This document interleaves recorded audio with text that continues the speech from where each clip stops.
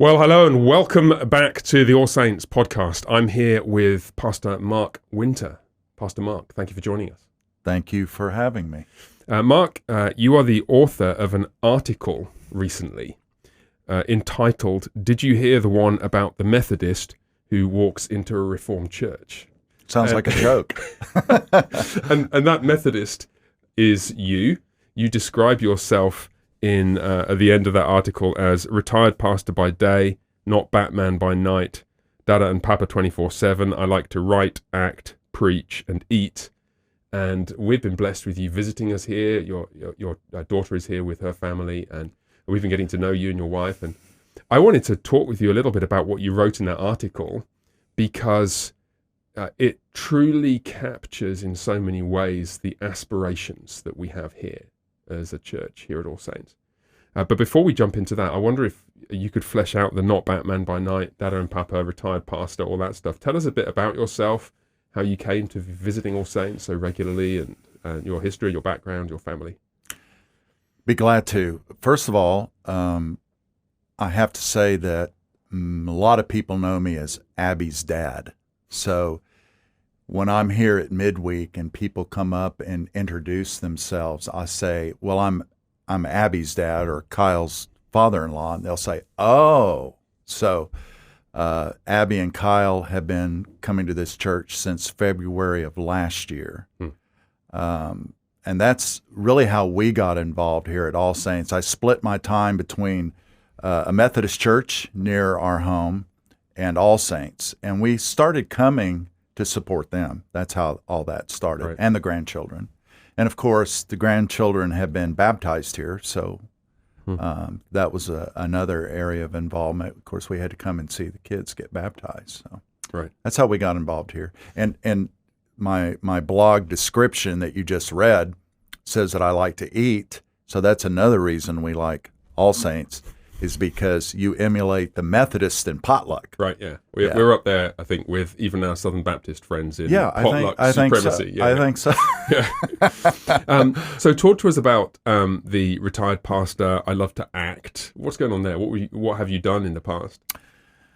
My acting started at Paschal High School near here. I'm a Paschal grad, go Panthers. And I was playing baseball at the time, and it occurred to me that my baseball career was not going to advance. I was outstandingly mediocre in baseball. So I had a friend that said, hey, I'm in drama class, and there are a lot of girls in drama. And I said, tell me more. I'm interested. I'm interested. So I joined, I signed up for drama, and I got into a play there, and I was like, this is fun. I like this. I have a pretty good memory, so I was able to get my script down pretty quickly, and then I majored in drama for 1 year in college, and I decided, I'm not going to Hollywood. I'm not going to Broadway. So I switched over to journalism because I've always liked to write. I was always good in English classes. But I kept my acting up through community theater. So I did some community theater here in Fort Worth. I did some in Oklahoma, where I went to University of Oklahoma, and that's where my community theater phase of my life started. And then probably about 10, 12 years ago, my wife saw an advertisement for the musical Camelot, which I love. I love that musical. Yeah, right. She said, you ought to go try out for that. And I said, honey, I haven't done drama in years and years and years, although I did some monologues in church as a pastor, but I wasn't really involved in it. Well, I auditioned, didn't think I'd get a part, and I got the part of Sir Dinadan, one of the major knights. Wow. Yeah, I impressed myself with that. And then from there, this was at the Artisan Center Theater in Hurst, Texas, which has recently closed down its doors, sadly. It was a great community theater, and I was in 10 or 12 productions there. And in the meantime, with the United Methodist Church, I was what was called a general evangelist, and an evangelist has their own ministry. These evangelists can form whatever ministry they want. They can preach, they can do radio, TV, they can do music. I decided to use my interest in drama to write scripts, So I had my journalism degree and I had my interest in drama, and those combined, I started writing my own scripts and floating it out there. I thought, if I last a year in this position, I'll feel blessed. And I did it for 24 years. So I'd travel from church to church to church doing dramatic and biblical monologues. Wow. And so you were a pastor during that time as well at various points? Did you have pastoral ministry before Well, that? I had pastoral ministry before I went into full-time evangelism. For about 15 years, I was a local church pastor in this area. Right. And then I felt I've always loved evangelism. I feel like evangelism is a neglected part of the Christian experience. People are afraid of evangelism. They're afraid of sharing their faith. They don't know how to share their testimony with others. And I wanted to make a difference in that area. I ended up doing a lot of dramatic monologues, but also workshops in evangelism and encouraging people to learn more about evangelism and how their personal style would fit into evangelism. Right. So that's interesting you say that, because my former pastorate, before coming to All Saints, I was in London, England, and there, if you're a church and you don't evangelize, you die. Right. So, I mean, it's a very small percentage of the population is Christian, and even smaller percentage any kind of evangelical or reformed commitment. And so you've got this mission field right on your doorstep. And I remember back in 2009, where we began the church that I was pastoring, we used to go out once a month on a Sunday afternoon and do kind of questionnaires in the street evangelistic things. We didn't do street preaching, but we were just trying to get into conversations with people, let them know we're here. And I can still remember I encouraged people to go out in pairs, and we started at the tube station. And the tube is like the metro, like an underground train. Oh, I know. Right. Yeah. I've been to England. Been to Yes, England. right. And I can still remember the look of anxious fear and trepidation on the face of the young man who came up to me, as a young man in the congregation, about 18 years old, and he said, Pastor Jeffrey, I wonder if could I kind of come with you and just watch you do this for the first time we do it, because I'm really not sure what I'm doing here. And I just laughed. I said, "Well, you think I'm sure what we're doing here?" You know, there's this. It is. It's a slightly artificial situation in the street evangelistic place, but it is intimidating. You know, It is. And it is. of course, it's not the only context for evangelism, and it might not be the best one in every setting. Maybe it's not the best one here in Fort Worth, but it just captured for me what you're saying: people's understandable anxiety about how to broach a conversation like that. Yeah, I think it ranks right up there with fear of public speaking and fear of death. Right. Fear of evangelism is a close third. Yeah, I think. Could easily be. Right. So this article then, did you hear the one about the Methodist who walks into a Reformed church? I thought it was hilarious, and then the article itself captured. I want to say again, I make no claim concerning how it captures all of what the Lord is doing here, but certainly it captures brilliantly our aspirations as a church and as pastors. So you talked about what you saw, the hospitality, the liturgy, the form of worship we have, the community life, the relationships between different people from different walks of life and different backgrounds. You talked about the presence of children in our worship service. You talked about the thoughtfulness that people have in engaging with the scriptures, applying the scriptures to their daily life. You talked about people's service of each other. And I've got to say, as a pastor, I see all these things, and glory be to God. And to the extent that we are seeing those things at All Saints, all praise to Him, and to the extent that we're not, they remain our aspirations. Or if not the sum total of our aspirations, they're also the means by which we're seeking to accomplish all the other aspirations that we have for godly husbands and wives, to shape the culture around us, to encourage people in the workplace and so on. All of the things that are culturally oriented or socially oriented outside the church, in the end, flow from these things. And I wonder if you could, do you want to give us a sketch of maybe the first time you came to All Saints. Do you remember the first time you came to All Saints and what you thought? And Yeah. tell us about that. Actually, the service here is much like the service I attended as a child. Now, I will say, after the first service, my wife and I were driving home, and I said, "Do you realize that service lasted an hour and a half? Because Methodists, we get her done because we got to beat the Baptists to the cafeteria." and she said, "Yeah," and I said, well, "That's just that's long. That's just longer than I'm used to." Well, as we kept coming, it did not seem like an hour and a half anymore, and I think it's because worship here is what my understanding is what a lot of the younger people, the Gen X, Gen Y, Gen Z, are seeking now. Mm-hmm.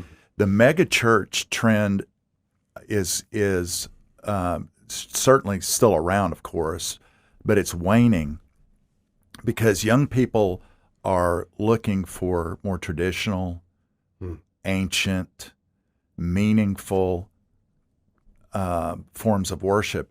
And what I like about the All Saints worship is that it's reverent. That's what I grew up with. We grew up with liturgy. We grew up with creeds. We grew up with recitation of the Lord's Prayer, the Apostles' Creed. The sacrament was holy. It wasn't just passing the holy cracker and the little shot glass down the aisle and you're done with it.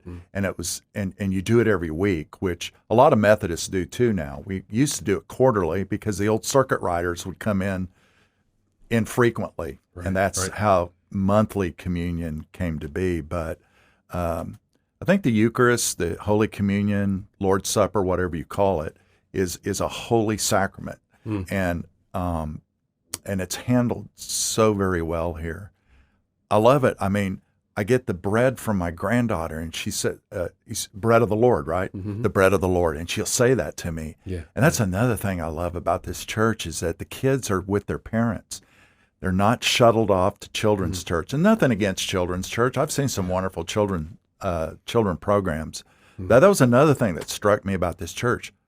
I asked my wife when we were going home, I said, I'm looking at the bulletin, where's the entertainment for the kids, right? Who's going to occupy the children while the adults are doing stuff? The parents. Yeah. And I grew up in that kind of situation too. And of course, when I was a kid, a lot of it was boring and I didn't understand a lot of it.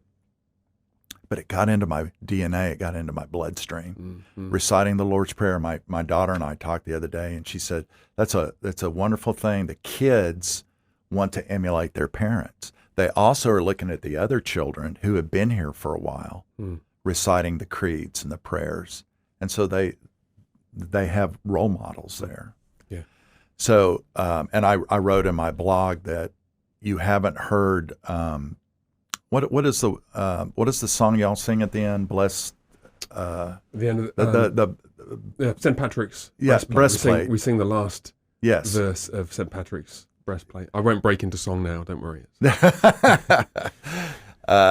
Well, and I wrote my blog that you haven't heard that sung until you hear a 5-year-old and a 3-year-old sing it in the bathroom with the great acoustics. But my grandkids are singing these ancient hymns, which is a beautiful, beautiful thing. So, well, it's interesting because there's a lot there in what you said, and just to reflect on the point about the worship, the form of worship we have here. We're living in a context where we've had a few decades since the mid-'60s of really liturgical experimentation. And therefore it strikes us as, at the very least, it's a decision that you've taken. And from some perspectives, a risky or adventurous decision to embrace this ancient form of worship. But you and I know perfectly well that for the better part of 2 millennia, it never occurred to anybody to do anything else. Right. There were differences between Roman Catholic and Methodist and Anglican and Presbyterian forms of worship, but many of the structures were, if not the same, very similar. And certainly the goal to experience and exemplify in worship an encounter with God in the heavenly places was common throughout the different Christian traditions. And I think we both know the history. I mean, what happened in the 60s was the abandonment of tradition, really on the basis of cultural and ideological movements outside the church. And those came into the church and left people unmoored from any historical practice. Mm-hmm. And so what you then find is people who, a generation down the line, by the time 80s, 90s come around, they've never known, if they're in that kind of context, they've never known a connection with those historic liturgies. And so they're fishing around trying to figure out what to do. And the seeker-sensitive movement arrives on the scene, basically asking the question, okay, what do people who don't go to church want? And firstly, I'm not sure why that's the relevant question. Secondly, I'm not even sure that people know. But what they can answer is, what are they familiar with? And what they're familiar with is some mix of rock concert and chat show, and informal, a cup of coffee with some religious input. And a lot of churches, well-meaning churches, embraced those things because they'd become disconnected from the history. They were trying to do the right thing and reach out and be relevant, so to speak, Right. to their community. But in effect, they took their eye off the historic ball of how does Scripture encourage us to approach the living God when we worship Him? And so people ask me, what's worship like at All Saints? I often just say, you find it profoundly unimaginative. Mm. It's simply an attempt to reflect biblical priorities in the kinds of ways that historically they have been reflected. Mm-hmm. The service designed to be shaped like the gospel is. God takes initiative and calls us, and He shapes us. We confess our sins and are cleansed by Him, and we hear His word and are shaped by that. We have communion with Him, then we're sent out into the world to live for Him. That is the gospel in a nutshell, and that's the shape of the worship service in a nutshell. And the reverence arises from the sense that we are meeting with God. This, of course, is a place for informal conversation and so on, but we are meeting with the living God. Lift up your hearts. We lift them up to the Lord. That has been a part of ancient Christian liturgies for 2,000 years. So, yeah, it certainly reflects what we're trying to do. Well, it's a frenetic world we live in, and Yeah. people are rushing around and trying to make a living, and they need a place. And I think this is why the ancient forms are coming back. People are recognizing that they don't want, they need at least a day of Sabbath where there's not blaring music, smoke and mirrors, a rushed experience.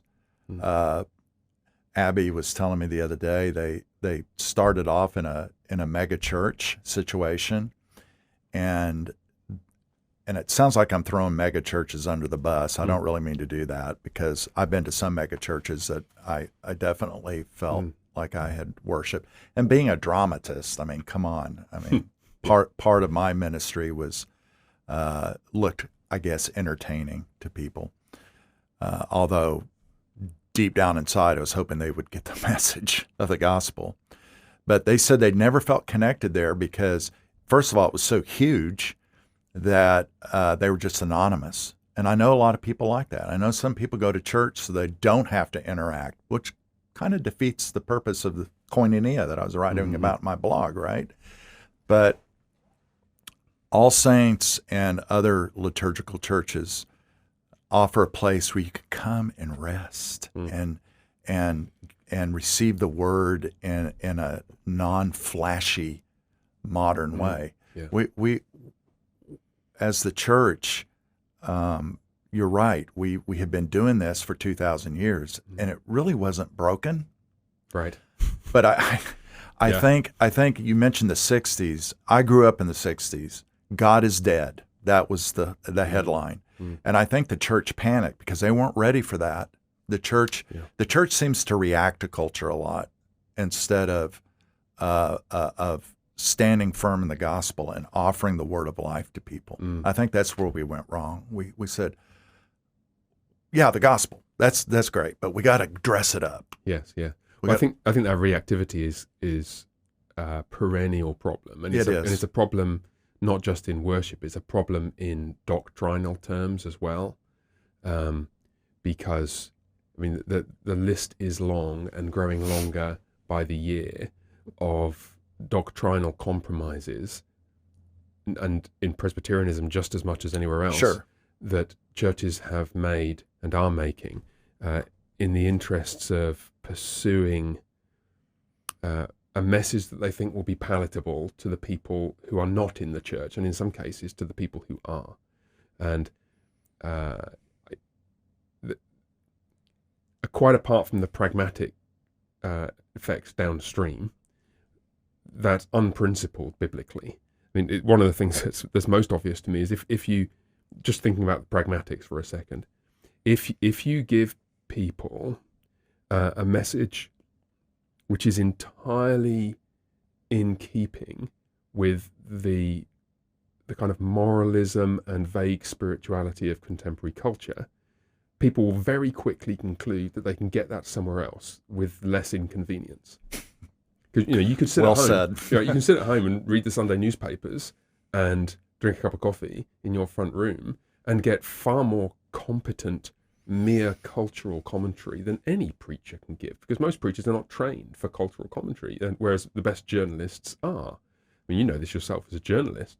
It's really hard to do as good a job as the mainstream in providing a sort of broad-based commentary on current events. And if you try to do that as a church, pragmatically it will fail eventually, because people will just leave because there are cheaper ways and easier ways of accessing it.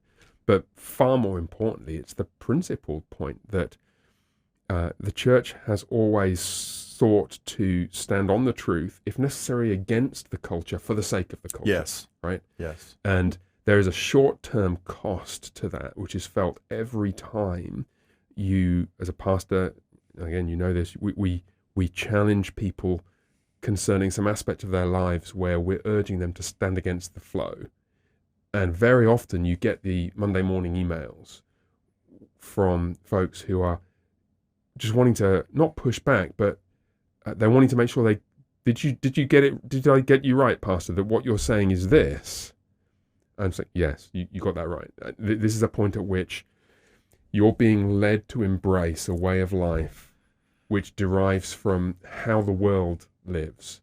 You're being led to embrace a way of embracing ideas which is derives from how the rulers of the age exercise authority, and it shall not be so among you, and so on and so forth. So if you stand your ground and if you stick to your guns, people realize you've got something to say, and the church then becomes a place where, of course, people can hear what they're not getting elsewhere. And if they come in even as baby Christians or not Christians at all, Lord willing, within 2 or 3 weeks, they realize it's all about Jesus. And Jesus is in the process of building a new community founded on principles which are not the principles of the world that we're living in. You're preaching to the choir. Right, exactly. And so that gets, and just one other thought that comes from the comments you made a minute or two ago. A classic example of this would be children in worship. Mm-hmm. Because how does our culture view kids? Right, mostly at one end of the spectrum, the worst end of the spectrum, they're an inconvenience, a potential intrusion into a young couple's career with ruinous consequences that we see in the abortion industry. Even those kids that come into the world are frequently perceived as nuisances. Yeah, a nuisance. Mm-hmm. They're an interruption to the things that we really wanted to do, and we love them. But yeah, I want to really get back to this that I'm doing. It's all about me. My career. I need my me time. Me time is a phrase that started to appear 20 years ago or whatever. And then that attitude comes into church, and you come into church, and it turns out the kids don't automatically sit still for an hour, never mind an hour and a half. And you're being very generous because we both know it's an hour and 40 sometimes, right? It's all these baptisms we have at the start of the service. So push the end back. Anyway, but and there you're faced with a choice. And do you go the direction that so many churches have gone, again, with the best of intentions, superficially, to try to make life manageable? Or do you say, no, listen, it's clear for the whole of the last 2 millennia, and it's certainly clear in the scriptures, that children worship with their parents. The letter to the Ephesians, which was designed to be read in the church in Ephesus, includes an address to the children in the church. So clearly they're in the worship service. And so that's going to be difficult, because parents are going to have to take their kids home, and they're going to have to train them to stand, sit, kneel. They're going to have to encourage and teach them to be attentive.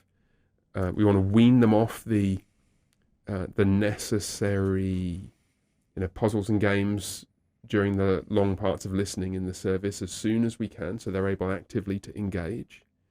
And then there'll be times when that comes off the rails, and Dad has to take little Johnny out and administer some. That's happened with my own grandchildren.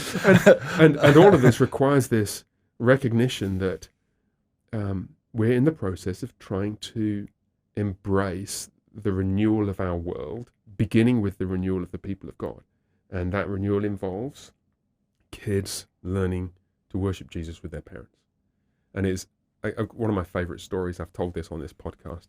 This comes from when, back in England, we had a family that arrived at the church that I was pastoring, and their kids were not used to sitting still, to put it mildly. And one of them was like literally running around. We had a smallish congregation, like 35 people. And one of them was running back and forth, and another one's sitting on the floor scribbling on the carpet in the room we're in. Nice. So anyway, 6 or 8 weeks later, one of those kids points to another boy in the church, and he said, I'm going to be good in church from now on because I want to be like him. There you go. And you think that is... Kids teaching kids. It's a by tiny example. Yeah, exactly. It's a tiny step towards the cultural renewal of that family, and therefore this community, and therefore the world around them. And I've got to tell you, though, it was one of the privileges of my previous pastorate to watch that family grow. And one of the kids, for example, to go from struggling at school to being the shining light in his class at school. It was just wonderful. And it was the combination of his parents thinking, oh yeah, we've got to grab this situation by the scruff of the neck and train and discipline our son. And that young man himself being transformed by the Spirit to embrace the life that the Lord had given him. So it's great. Now you are drifting over into Methodist doctrine here. Really? We're talking about sanctification. The process of being made holy, right? That's what it's all about. And Abby told me recently that when they first got here, the kids were not used to sitting still for an hour and a half, hour 40.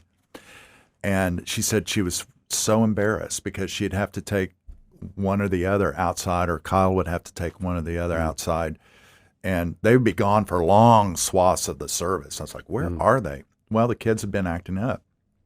We have noticed over time that both of my grandchildren, well, I have 3 now, but Mabel is tiny, but that the grandchildren, she's no trouble at all. No, it's only Charlotte, not yet. Yeah, but they are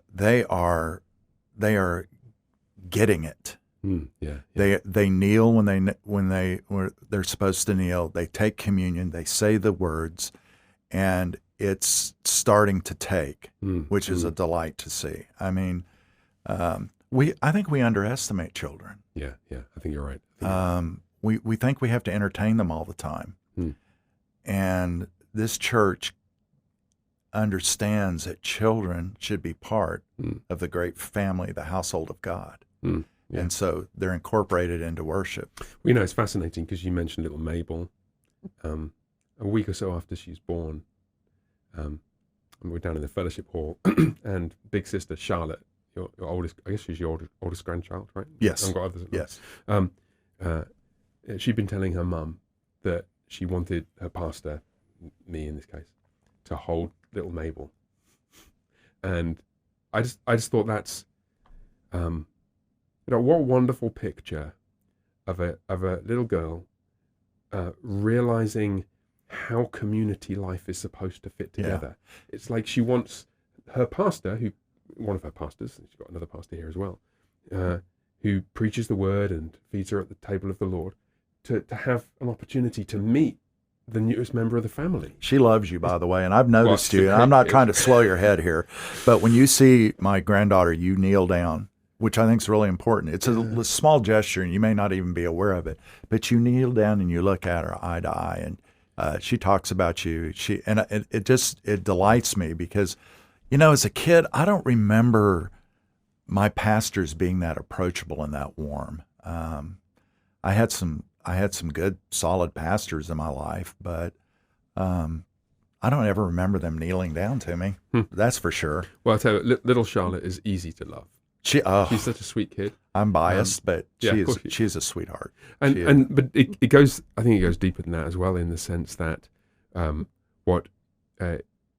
let's not take just your family, Abigail and Kyle, just as the only example. There are many families who we've been blessed with them arriving here in the last 2, 3, 4 years, or even before that. And the experience as a pastor of watching younger Christians, sometimes younger Christians who aren't that much younger than us chronologically, just gradually, almost by osmosis, learning and embracing and enjoying and being shaped by Christian culture as well as Christian teaching. And I tell you what, the children thing is one area where that's worked. This is Texas, right? Buckle up the Bible Belt, and of course, a lot of people who are moving to Fort Worth from other parts of the South are coming from a Baptist background, right? And so they come, and it's slightly unnerving to them because there's a good chance, given the number of pregnant mums we have, that they're coming on a Sunday where we're baptizing a child, and what happens is two things. There's a doctrinal process. There's a thinking through biblical teaching about baptism, and I have conversations with people about this, and Pastor Shaw has conversations with mums and dads and about the theology of infant baptism. But then there is the experience of being in a community that is seeking to welcome children and make them a part of the community. And I've found on more than one occasion that speaks louder. That actually the thing that persuades people, they sit down with me and here's all the Bible verses, and here's some stuff you can read, and go and read Calvin, and here's some books. I always recommend a book by one of our pastors in this presbytery, Pastor Randy Booth. There's a great bunch of books and resources. And they read them, they're like, yeah, okay. And then they hang around here for a few weeks or a few months, and then they realize how it works as part of the life of the community. Of course, the children should be welcomed into the church because they are part of the church. They're part of the family, and they see that in these kinds of relationships. Well, and that's the thing in this fast food culture of ours, that you got to give this kind of worship time.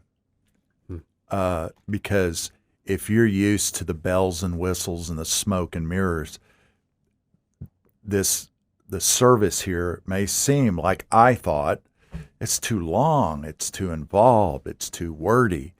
But it all, the secret sauce, as we talked about, it's more, it's doctrine, it's liturgy, and it's the people. Because when we came, we had a number of people come up and introduce themselves. I don't think I know you. Really? Or are you a member here? And one lady came up and said, "Oh, you're my age. We have so many young people and young families here." And I said, "Are you saying I'm old? Is that what you're saying?" 45. Right. But the people here, it's one thing to be friendly, but it's another thing to be warmed by the Holy Spirit.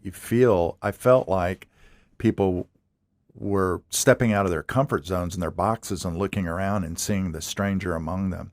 A lot of churches don't do that. I remember many, many years ago, my wife and I were visiting Southern California, where she's from, and we went to a church the church she grew up in, as a matter of fact.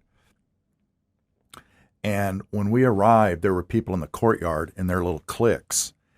And we had our young son at the time, and we didn't know where to take him. We didn't know anything. And nobody noticed us. Nobody said a word to us. And we were obviously strangers because we could tell that the people there knew each other. So we had to ask. We had to break into one of the groups and say, what do we do with our child? And, it's down the hall here. Nobody escorted us. We went into an empty classroom, and the Sunday school teacher finally showed up, and she was all disheveled and rushed and all that. And we were like, we want to leave this church immediately. We stuck it out. But what I'm trying to say is, in any church, you need to look around. You need to be aware. And I think the people here at this church and in other churches I've experienced as well, our own church does this. You walk in, you're going to be greeted immediately. Yeah. And I think that's important. I know a lot of people don't like that. They don't like the touchy-feely and all of that. But too bad. We are a fellowship. We are the koinonia concept, which is a Greek word that means deep fellowship, is part of who we are. And if we're not friendly, if we're not warm, if we're not interactive, we're really not being the church. Right. So that's another thing that struck us here. High liturgy, solid doctrine, but also the personal human touch here as well. Right. The koinonia, that might even be a word you used in your article, has always struck me as a fascinating way to describe Christian fellowship, because I wonder if the word has been diluted in English. It has. Right. So fellowship means drinking coffee, and talking about the Cowboys on Sunday. Whereas, again, I'm sure you know this very well, koinonia in the first century meant more than just that kind of passing relationship. If you and I were in the first century, we bought a 50% share in a boat to start a fishing business, we would be in koinonia. That's how it would be described. That is to say, we're partners with a common goal that we are both 100% invested in.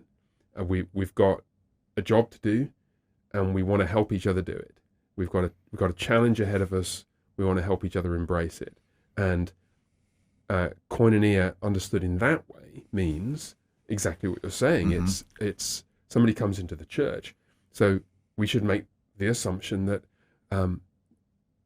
they might be interested in being a part of this family, and we want to communicate that, hey, we're here for you. We want to be a part of your life if you want to be a part of ours. And you just used a word that's related to koinonia, and that's communicate.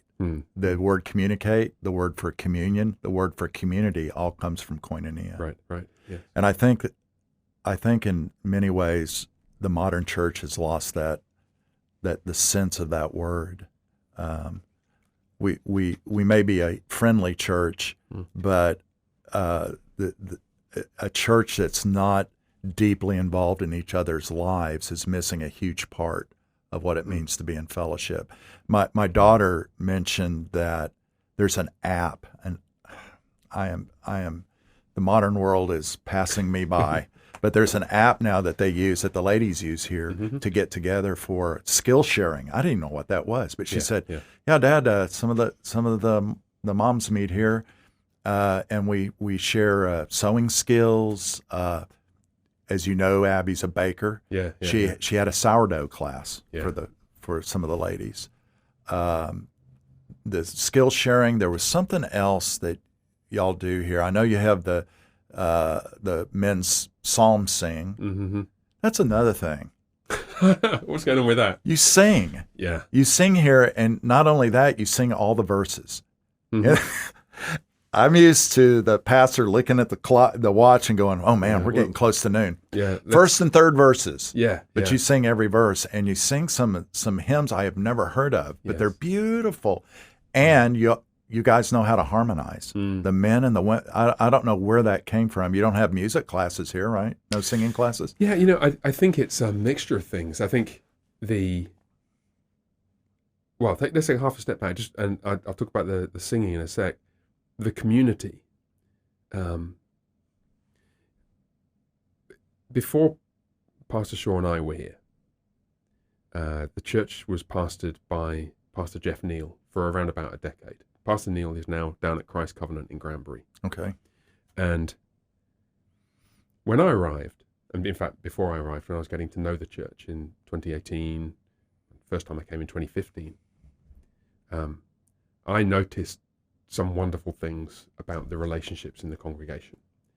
And of the many, many gifts that people here at All Saints have seen in Pastor Neil and have cause to thank God for, that is perhaps chief among them, his relational, his love for people and the relationships that he models and fosters. There's that, that scary saying that churches become like their pastors, right? I genuinely think that, you've used the phrase secret sauce. There's some secret sauce at All Saints that God blessed us with through the ministry of Pastor Neil, which goes deeper than the, how many sermons do you preach? 500 sermons he preached in 10 years. It's a particular approach to relationships and to a posture towards other people. And you can't bottle that. Mm-mm. It's, now what then happens is it by God's grace, it becomes almost, it is by God's grace, self-sustaining. So it's not self-sustaining, it's sustained graciously by the grace of the Spirit. And because the church has been shown the way, it's like that the fire has been lit, and now people are learning from each other how to relate to each other. And that's why I think that's related to singing. So if you go into a church where over the years people have become accustomed to, please omit the start verses, and everyone sings at low volume, then for you to go in and sing out with a full heart and a full voice, you're just not going to. Well, maybe you would, but it would be sticking your head above the parapet, right? My dad couldn't hold a tune in a bucket, but you could hear him. Right. Well, and if I may quote John Wesley, he said, "Sing lustily and with a good spirit." Yeah. And I go into so many churches that they just don't sing. Yeah. And when this church sings, it's another form of worship. It's Absolutely. not just getting through the song part of the worship. No, that's right. Absolutely right. And it's beautiful. I got God bumps, as we call goosebumps in the church, just thinking about the beauty of the harmonies and the spirit in which these hymns are sung. Yes, and the sing to one another with psalms, hymns, and spiritual songs. I think that captures, in Paul's framing of it, it captures the way in which the community members help one another, and new people who come into the church figure, oh, okay, there's some volume going on here. This is a church where I'm supposed to lift my voice. Now, I've got to occasionally remind them of that, but it's the congregation is the choir. Yeah, that's perfect. That's exactly what Pastor Shaw said. We had a conversation about this literally 3 weeks ago, and he said exactly that. The congregation is the choir. The mechanics of singing, they can become our obsession if we're not careful. But just the fact of the volume and the zeal and enthusiasm, and it lifts your spirits. You mentioned John Wesley. I'll see you and I'll raise you with Jonathan Edwards. He once said, I think he was talking particularly about his relationship with his wife Sarah. He said words to the effect of the sweetest and most, I think he said intimate, I'm not sure, way in which minds communicate with each other is by singing. Yeah, music is definitely a gift from God. Also, it's wonderful to see my granddaughter, who's now learning to read right here at the Oaks, by the way, great school. Yeah. And she can't read the words in these hymns, but I've noticed she'll pick up on the refrain, and she'll know a particular word when it comes, and she'll insert it lustily and with a good spirit. Well, and that goes back to the liturgy point, doesn't it? So we now have this framing of there are liturgical churches and non-liturgical churches, which is probably, we understand what we mean by that, but there are churches with a set liturgy, and there are churches with an informal, spontaneous liturgy. Right. And we're one of the former. Well, it is much easier for kids to get involved in that. Like if they're saying the Lord's Prayer every week, if they're singing 2 or 3 the same songs, the Gloria Patri, the Doxology, St. Patrick's Breastplate, every week, then it is relatively easy for children around your granddaughter's age and a year or two younger, a few years older. It's relatively easy for them to get. Mm-hmm. Yeah, and I'd forgotten how kids, because I spent almost 25 years. I'm also an illusionist, so I did magic tricks for kids with gospel lessons, and people have criticized that. I think not rightfully so, because there's a whole genre of magic called gospel magic, but I forget. Sometimes we forget how deep kids can go. Right. And I've seen that in my own grandchildren. They are picking up on so much through the liturgy, and it really blows my mind, because it reminds me kids are smarter than you think they are. Yeah. Well, that's a fascinating thing when you think about children. There's a balance to be struck, isn't there? We can't just talk to children as though they're adults. Correct. But neither should we talk to children as though they're going to stay as children. It's as though they're on this trajectory, and you want to pick them up as, look, you're a child. And so, we sing songs with our children that we'd never sing in church because it would be borderline irreverent. But we would sing Bible songs with our kids, the kind of Jesus Loves Me Bible songs. And then you bring them into a context where you're saying, okay, and this is the mature adult Christian life into which you're being brought and towards which we're wanting to lead you. And it fascinates me that you frame the kind of Christian magic show in that way. It sounds like exactly another form of the same thing, where, of course, I get down on kids' levels and high five and give them a little hug, and I have my candy tree outside my study on the Lord's Day. Wait! I didn't know about this. You didn't know about this? It's only for the kids. I'm going to have to visit that. I guess, and what I'm wanting to say is, children, we understand how you tick, and we know, like, I can remember being a young child, maybe not 5 years old, and maybe my experience was similar to yours. I didn't really feel like a connection with my pastor, but over the years, there were adults that made a big effort to connect with me as a young person growing up. And I remember how exciting that was. And so you kind of get down to their level so that you can lead them and talk straight with them and encourage them and preach to them. And the blessing of knowing a young person, let's say, take your granddaughter Charlotte.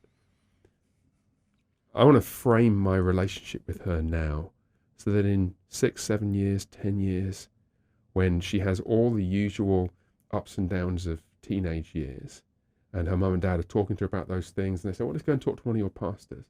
We've got the background, we've got the history, the relational history. Yes. And she knows, Pastor Shaw and I were the ones who get down on one knee and give her a high five and candy on Sunday mornings. Yeah, these guys know me. These guys care about me. These guys are invested in me. They're going to help me, along with my parents, to navigate life faithfully on the journey towards being a Christian adult. You just described our relationship with God. God as a father has gotten down on our level through Jesus Christ. He treats us as his children, his beloved.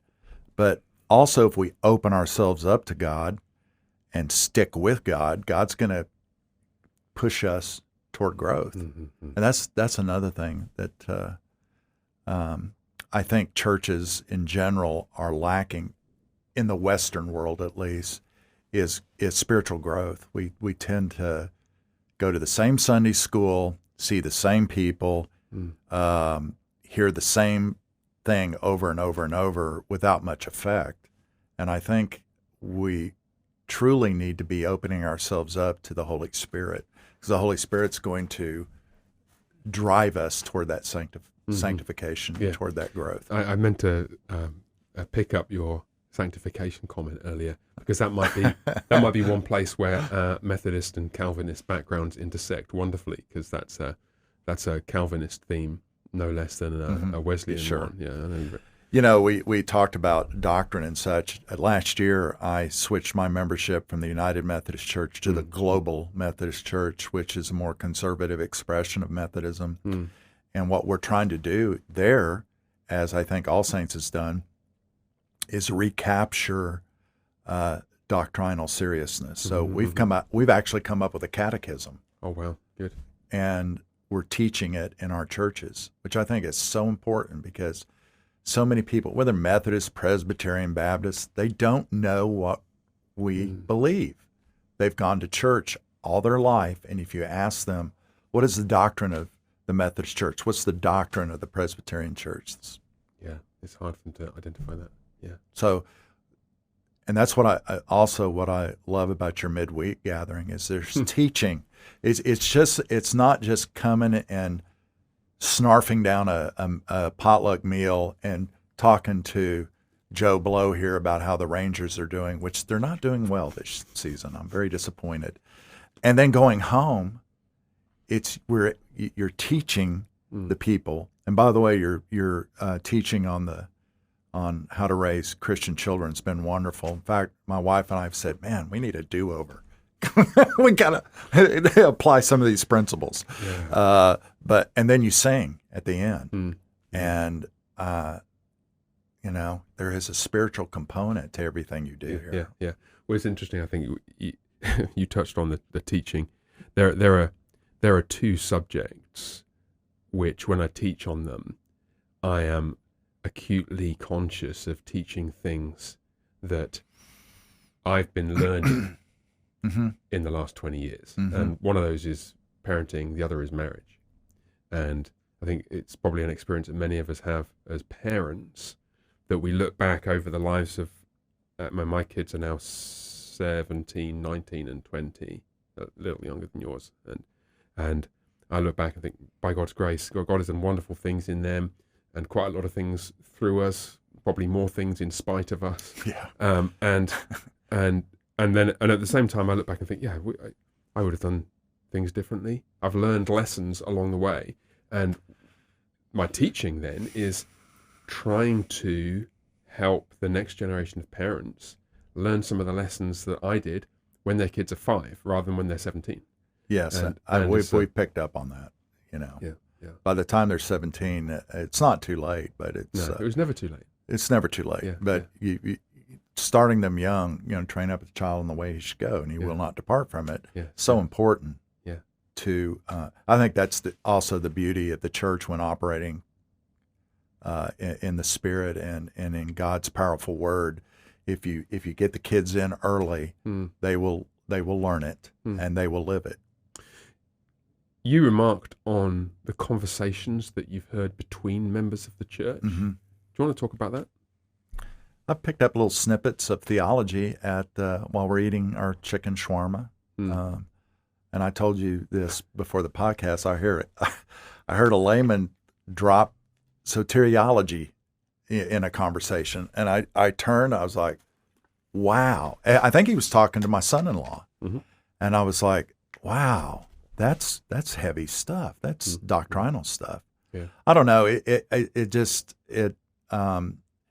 It amazed me and pleased me at the same time that lay people here, and I'm not saying all the lay people maybe here have a strong doctrinal grasp, but it's not for lack of teaching it here and preaching it. So one of the things you mentioned, some of our ministries, we actually are quite light, deliberately light in terms of ministries outside of our Sunday worship. We have a midweek Bible study. Okay. We have a ladies' fellowship and a men's fellowship, which meet quite infrequently. The men meet 4 times a year on a Saturday morning for a men's discipleship breakfast.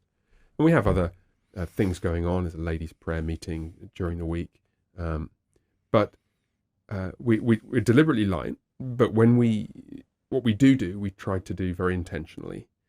And the men this year, we've talked about biblical masculinity and looking at 4 themes. We've done 3 of them. The ruler, which is like the overarching paradigm, Genesis 1, fill and subdue the earth. The husband, the father, that third one was done by Pastor Randy Booth when he visited. And the 4th one, which is still ahead of us in a month or so's time, is the brother, which I'm going to be teaching. And it goes straight to that point that you're identifying about iron sharpening iron. We've not actually had this session yet. I'm thinking about it, praying about it, working on it. But I'll put it this way. 2 pastors can't bring to maturity 360 people. Not even that is correct, and not even by the grace of the Spirit. And that's a thing that I could talk about all day long, is how too many churches rely only on the pastor to Correct. feed them. Right. And that's when the sheep get fat and lazy. Right. We've got to be in theological conversation with each other, and we got to go deep. We're past the day where we're skimming the surface. Yeah. And that's why I think the church in many ways has struggled and floundered, is because we're not going deep. We want to splash around in the shallow end of the pool. Yes. I think that depth, you pointed to a conversation where the depth is explicitly theological, and I'm frequently impressed by the level of theological awareness of guys in the congregation who they haven't got a formal theological training. They're just readers of the Bible and readers of other books. But there's a depth relationally and practically as well, isn't there? Well, I was going to say that, lest we think that this is all just ivory tower stuff. Yeah. I mean, your teaching series on how to raise godly children is a prime example of marrying doctrine with practicality, which is what people need and what they want. I hope they want the doctrine part. I mean, I've often thought church should be a seminary for lay people, not just a gathering place where we hear a sweet little word about how God loves you and then we go on our merry way, but where the pastor is the theologian in residence, who is the main teacher, and encourages others to go deeper into the Word. Yes. But yeah, I've noticed that here. People actually talk theologically to each other. Yes, and they talk theologically about matters of daily life. Correct. Yeah, which is it's people want to talk about work, but they want to know, what does the Bible say about this? Yeah. Or how does Scripture and Christian teaching inform how I should think about this? And Christianity is practical. Right. There's many admonitions and commands to live by, and so I think it's fun to talk about soteriology and eschatology and all the ologies. Yeah. But how does that relate to us today, right now? I have one of my elders said memorably in a session meeting, probably more than a year ago now. He said, good question to ask of any sermon when you're preparing it is, so what? And, sermon suggests that you have something to say. Yeah. And if you ramble, and boy, have I heard some rambling sermons, or sermons where you walk out and go, what was that about? Yeah. If you can't capture it in one cogent sentence or idea, you've kind of missed the point, right? So when I prepare my sermons, I'm like, I will put at the top, don't steer away from this main idea. Right. That's interesting. Because if you throw in the kitchen sink, you're missing the point. People need to leave saying, I know what he talked about and how to apply that. Yeah. Sniper's rifle, not shotgun. Boom. You're talking Texan now. Yeah, that's right. You've been very generous with your time, and we should draw us to a close. Before we do so, do you have any final thoughts for us? Oh my, you're opening a microphone up to a preacher. Yeah. That's dangerous. No, All Saints has been, we are splitting our time between, can I give a shout out to my church? Yeah, please do. Smithfield Methodist Church. Smithfield Methodist, wonderful people there.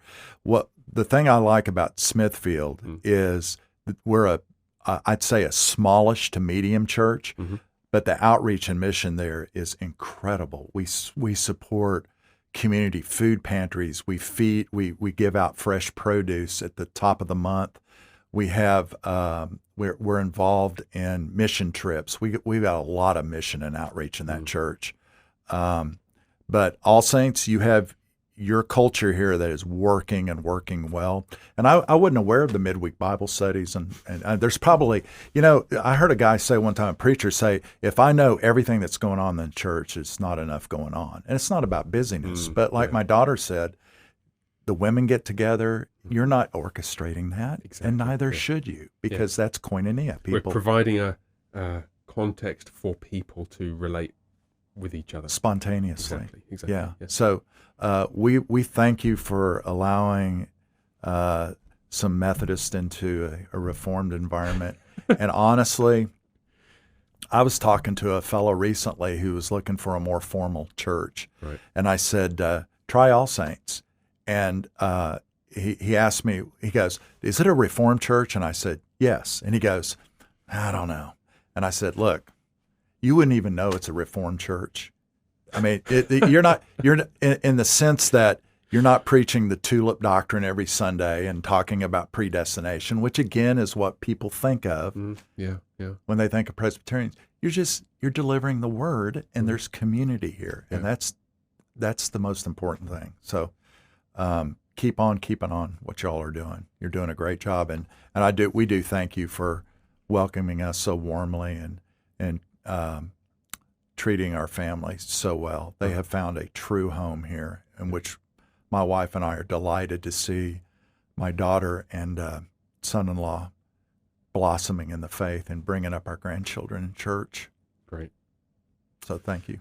Pastor Mark Winter, thank you very much for joining us. Thank you, Pastor Jeffrey. To all the rest of you, God bless, and bye for now.